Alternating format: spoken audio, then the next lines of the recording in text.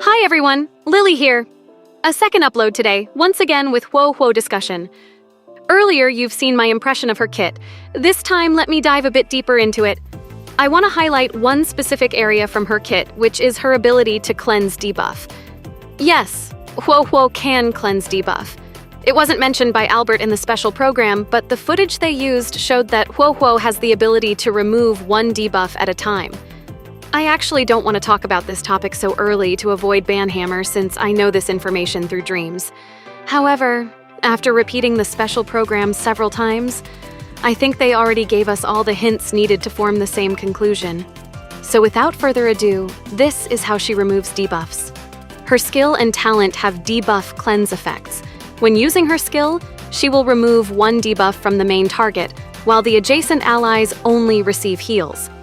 Using skill will give her sacrificed life effect, and when this effect is active, allies will be healed at the start of their turn or when they use ultimate. We know this information from the special program. What Albert didn't tell us, when an ally is healed by sacrificed life effect, it will trigger a debuff cleanse effect. Same as her skill, it will just remove one debuff at a time. But remember the condition. The debuff cleanse only occurs when the character is healed.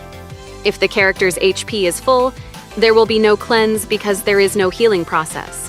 So the order is heal first, then debuff cleanse occurs. It is specifically shown during the part where HuoHuo casts her skill on MC, while both MC and Dan Heng are under lightning DOT. When she uses her skills on MC, only MC gets her DOT removed. Dan Heng only receives heal. Later on, when Dan Heng gets his turn, look. Did you see that? I will repeat it in slow motion. At the start of his turn, Dan Heng still receives the lightning damage because DOT is triggered at the beginning of the unit's turn. At the same time, he's also healed. After he's healed, the lightning DOT is cleansed. So this debuff cleanse might not be as handy as you might think, since the character will still receive damage. Now here comes the interesting part. That's what happens when her debuff cleanse talent meets DOT. How about freeze? When your character is frozen, will it be cleansed before your character skips the turn or after the turn skip? Well, this needs further confirmation as we can only guess from the information we've collected.